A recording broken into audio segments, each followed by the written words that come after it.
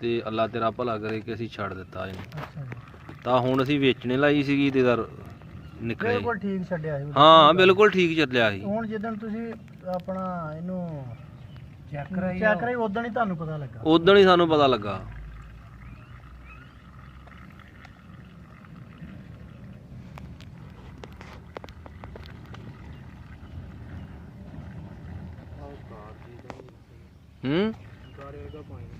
ਓਏ ਰੇਸ਼ਾ ਜਿਹਾ ਵਾ।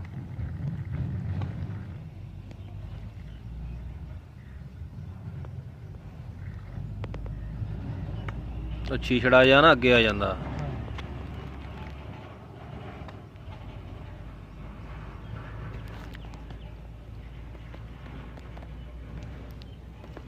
ਦੇਖੋ ਛਟਾ ਪਾ ਕੇ ਛਾਣ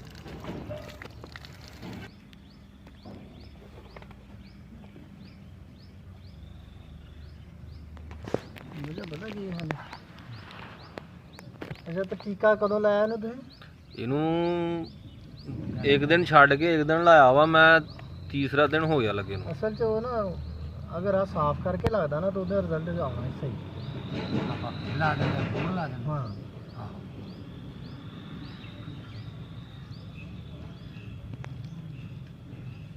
ਉਦੋਂ ਗਲਤੀ ਕੀਤੀ ਨਾ, ਉਹਦੇ ਸਾਫ਼ ਇਦਾਂ ਕਰ ਲੈ। ਦੱਸ ਦੇ ਨਾ ਯਾਰ ਮੈਂ ਕੀਤਾ ਸੀ ਮਜੀਦ ਨੂੰ ਫੋਨ, ਫਿਰ ਤੇ ਤੁਹਾਡਾ ਨੰਬਰ ਤੇ ਮੈਨੂੰ ਉਹਦਾ ਟਾਵਰ ਵਾਲਿਆਂ ਕੋਲ ਮਿਲਿਆ ਸੀ। ਅੱਛਾ ਤੇ ਮਜੀਦ ਕਹਿੰਦਾ ਇਹਨੂੰ ਦੇ ਦੇ ਤੂੰ ਨਿਸ਼ਾਦਰ।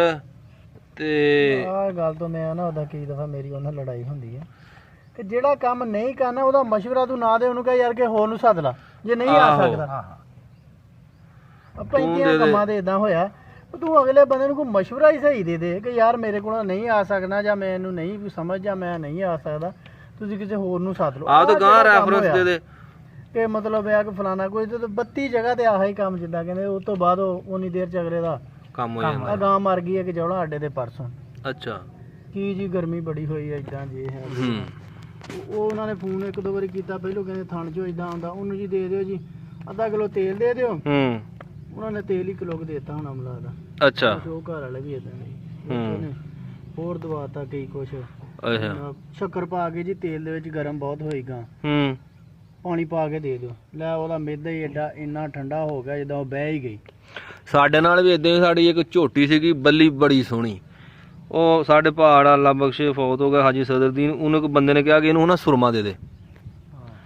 ਉਹਨੇ ਨਾ ਚੰਗਾ ਇੰਨਾ ਸਾਰਾ, ਇੱਧਰ ਦੇਖੋ ਇੰਨਾ ਸਾਰਾ ਸੁਰਮਾ ਦੇ ਦਿੱਤਾ, ਨਾਲ ਹੀ ਬਹਿ ਗਈ, ਗੱਲ ਕਰਦਾ ਕਿ ਗੱਲ ਠੰਡੀ ਪੈ ਗਈ। ਅਗਰ ਮੈਂ ਹੁਣ ਜਾਣਾ ਕਿਤੇ ਮੈਨੂੰ ਨਹੀਂ ਨਾ ਸਮਝ ਆਉਂਦੀ, ਜਿਹਦੀ ਨਹੀਂ ਸਮਝ ਆਉਂਦੀ ਉਹਦਾ ਮੈਂ ਜਵਾਬ ਮੈਨੂੰ ਦੇਣਾ ਚਾਹੀਦਾ। ਹਾਂਜੀ ਇੱਥੇ ਆਇਆ ਵੀ ਅਗਰ ਮੇਰੀ ਦੇਖਿਆ ਨਾ ਕਿ ਨਹੀਂ ਆ ਯਾਰ ਮੇਰੀ ਨਹੀਂ ਸਮਝ, ਅਗਰ ਸਮਝ ਆਉਂਦੀ ਗੱਲ ਤੇ ਉਹਦਾ ਕਰੋ। ਮਤਲਬ ਇਹ ਕੀ ਪਤਾ ਉਹ ਛਪਾ ਕੇ ਹੋਰ ਦੇ ਹੱਥੋਂ ਲਿਖੀ ਹੋਵੇ। ਇਦਾਂ ਹੀ ਆ।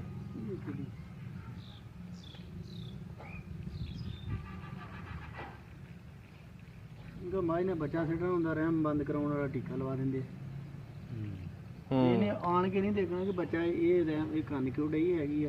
ਮਤਲਬ ਫੋਨ ਤੇ ਉਹਨੇ ਕਹਿਣਾ ਮਾੜਾ ਮੋਟਾ ਇਦਾਂ ਜੀ ਪਾਣੀ ਜਿਹਾ ਜਾਂ ਇਦਾਂ ਇਹ ਟੀਕਾ ਲਾ ਦਿਓ। ਉਹ ਬੱਚਾ ਅੰਦਰ ਡੈਡ ਹੋਇਆ ਹੁੰਦਾ, ਉਹਨੇ ਬੱਚਾ ਸੀ ਨਾ, ਜਦੋਂ ਟੀਕਾ ਲੱਗ ਜਾਂਦਾ ਉਹ ਰਹਿਮ ਦਾ ਮੂੰਹ ਬੰਦ ਹੋ ਜਾਂਦਾ। ਉਹ ਜਨਵਰੀ ਜਾਂਦਾ ਰਹਿੰਦਾ।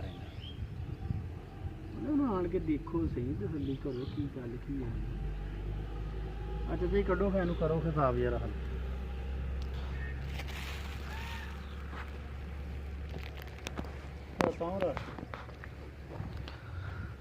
ਵਾਵਾ ਹੀ ਮਾਲ ਇਕੱਠਾ ਹੋਇਆ ਹਨਾ। ਇਹਦੇ ਵਿੱਚੋਂ ਕਿਹੜਾ ਨਾ ਬੋਲਾ, ਕਿਹੜਾ ਕੋਈ ਚੀਜ਼ ਨਹੀਂ।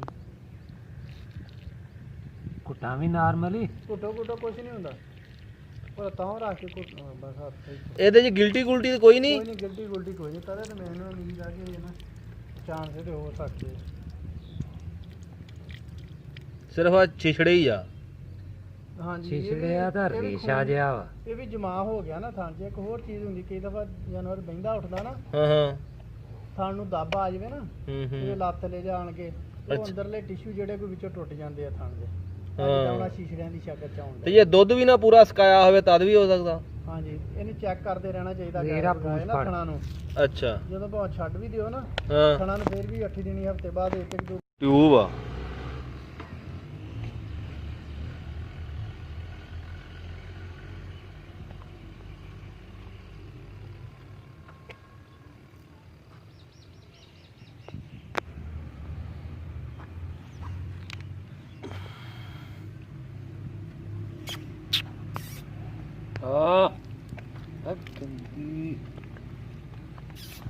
बस कर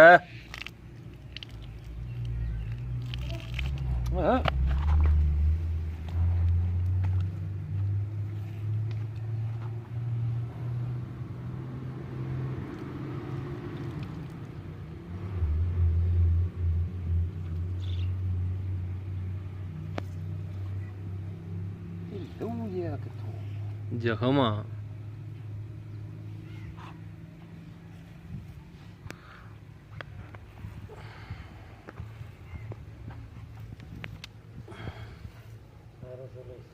जुड़िया जेड़ा नहीं हूँ अल्लाह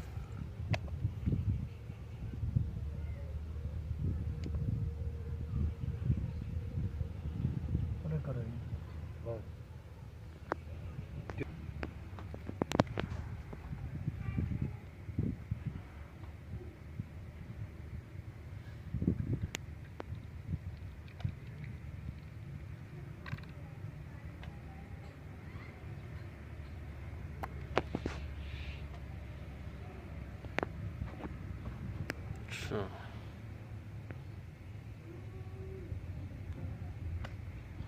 इदां हुण पोले पोले मलदे रहना हाँ जी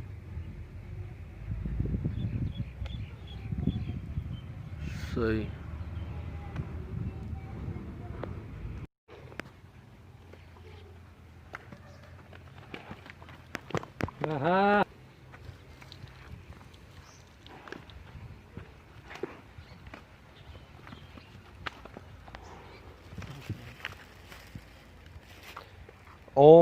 ਉਹ ਵੀ ਲੱਗ ਗਿਆ